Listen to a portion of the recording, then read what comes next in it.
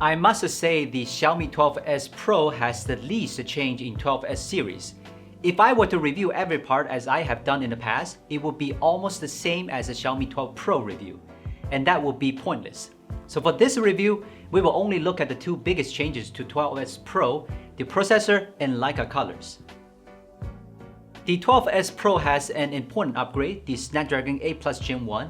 It's already proven in our Xiaomi 12S Ultra review how powerful this 8 Plus Gen 1 is with the TSMC 4nm process.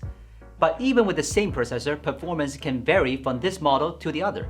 And the 12S Pro and Ultra are a good example of this. The 12S Pro seemed to be more aggressively tuned as seen in the benchmark results. And even without the new cooling system, the CPU throttling test scores were excellent.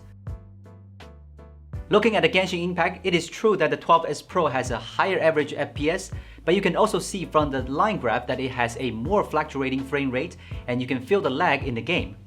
But compared to 12 Pro's performance, the average frame rate is higher and lagging issues have been fixed. So if you were to ask me if the 12S Pro is good for gaming, my answer would be yes. Other than some gaming phones, it'd be hard to find a regular phone with better performance than this one. All three camera sensors remain the same, but the 12S Pro has LEICA color science.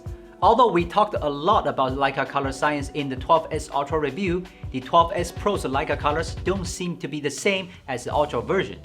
Especially in LEICA Authentic mode, although the contrast is also improved, the change is not obvious in most scenes compared to LEICA Authentic.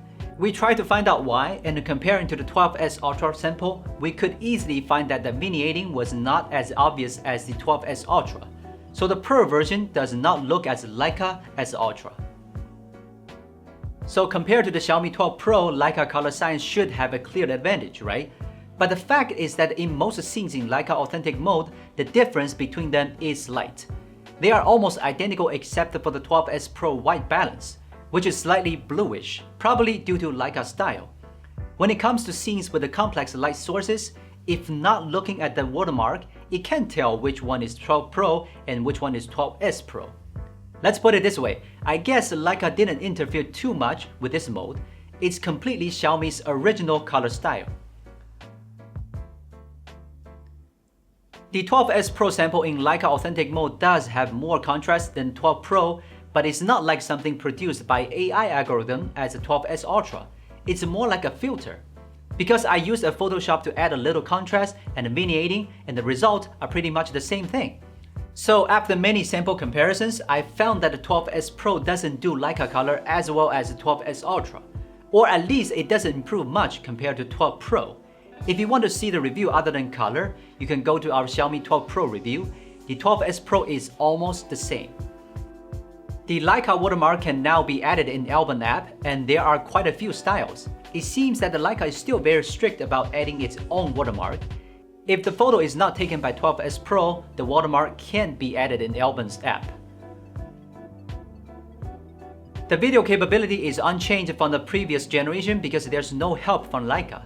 Just like a 12S Ultra, the footage is very stable. The main camera supports 8K 24fps, ultra-wide and telephoto cameras support 4K 60fps. The front camera support up to 1080p 60fps, but it seems that the front camera performance in current system is not very stable. The exposure will be high or low sometimes. The performance is not as good as 12 Pro. Although it can't take pictures as well as the 12S Ultra and is not as light and compact as 12S. But on the other hand, it takes better pictures than the 12S. It's lighter than 12S Ultra and looks more like a phone than a camera. So the reason to buy the 12S Pro is it's the balanced version among the 12S series. Everything about it is so average, no amazing parts and no shortcomings. Even the price is just right. It doesn't change much compared to the Xiaomi 12 Pro, but the experience has been significantly leveled up by the 8 Plus processor. I'm sure it will be one of the best phones for most people this year. Alright, I'm Will from Gizmochina. See you next time.